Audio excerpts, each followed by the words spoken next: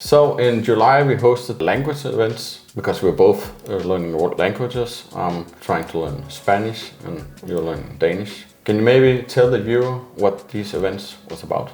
Yeah, actually in Chile I normally went to different social events like learning languages or dancing, and then I came here to Denmark and I was looking if there was this event. I found a group and they meet every 2 times a month. Yeah, you found it on Facebook? Yeah, I found it on Facebook. And in summer they were in a break, so we were thinking what to do in summer. So then started the idea of creating our own language event. Yeah, we created these events. Yeah, people showed up and we practiced also other languages, and yeah, it was just cool to meet new people and talking languages. Yeah, this event is most likely to get to know new people, do something in your free time, have some fun and distract yourself for your daily activities, improve the language you want. And this was an opportunity for both of us because July was pretty quiet. Most people in Aarhus, where we live, go on holidays or they go visit other cities where they came from. But we saw it as, okay, maybe we can create an event so we can meet people and keep practicing languages, which was a very fun process. Yeah, so first it was to do the settings on Facebook. Yeah, I've been doing that before in Santiago. I created some events. It was easy to do it here in Denmark. And then find a community where you can share the events. Yeah.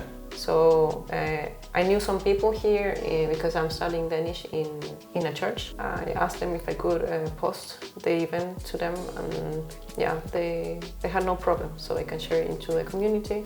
I tried to find other Facebook groups to share the event. I had to respect also their policies, because they didn't like to self-promote too much or spam them. Yeah, we hosted the events in Waxis, and yeah, we just sat, and you were in charge of the event. Can you tell the viewers a little bit about the event itself? Yeah, Waxis was a perfect place to do the event. There were not so many people, it was quiet most of the times. Yeah, the idea was to wait for the people. We arrived always 5 minutes earlier, and then they text me in private message and they tell me if they were late, and then they came. When people came to the event, we introduced each other and what the event was about and what languages the people could practice. Yeah, I had a paper, I wrote the name of the person and I wrote down the language they wanted to practice. So most likely people wanted to practice Danish or English or Spanish. Yeah, those were the 3 main languages we practiced. Yeah. It was super fun, and I learned a lot. And I haven't hosted events myself, especially not language events out in a bar. And we also did some karaoke afterwards, because after the language events there was a karaoke bar where you could sing some songs and just have fun. Yeah, and every event was different. Yeah, it was, and also it was different people and a different vibe, and this was really interesting. Yeah, sometimes we could be 4 people or 6 or 10, and every time was a different dynamic. When we were less people, we could concentrate in some languages, for example Danish and Spanish, so we were practicing more the languages. And when we were a lot of people, it was a little bit more diverse, like it was a little bit more difficult to concentrate sometimes. Yeah. Right? Yeah.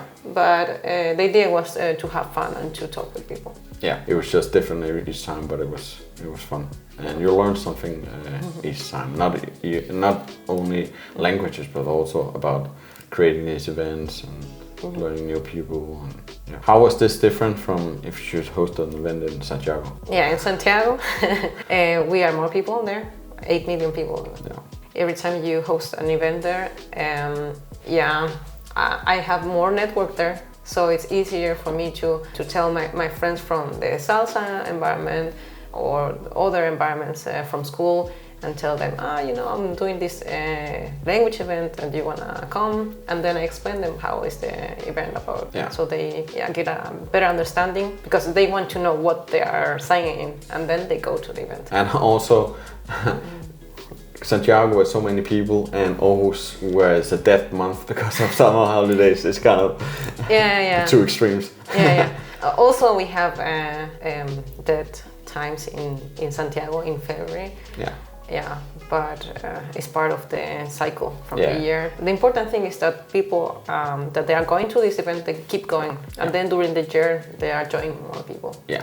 It takes some time to build these communities.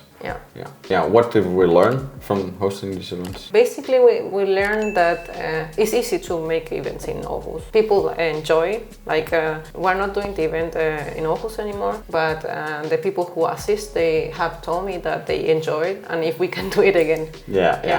And that's the funny thing, I don't know in Chile, but I think in Denmark, a lot of people don't make the effort of creating these events. But if you do, people will appreciate it. Maybe they will not show up every time. They will not be loyal, coming every time, but they will be appreciated. But we have someone that he wanted to be every time. He was dedicated. Member. So what could we improve? We could improve reaching out more people. Promoting more. But with all that being said, we also did it for ourselves. Our idea was to have fun and have an activity weekly. Also, we felt that we were improving through the time because we were doing it every week. So after the month, we saw the difference. So if you're interested to do a language event or an event in general, you can write it down in the comments. Thank you for watching, and like this video if you find this video valuable, and maybe you can check out other video podcasts I've been doing. They're gonna pop up on the screen here, you can check them out. And then we'll see you in the next video.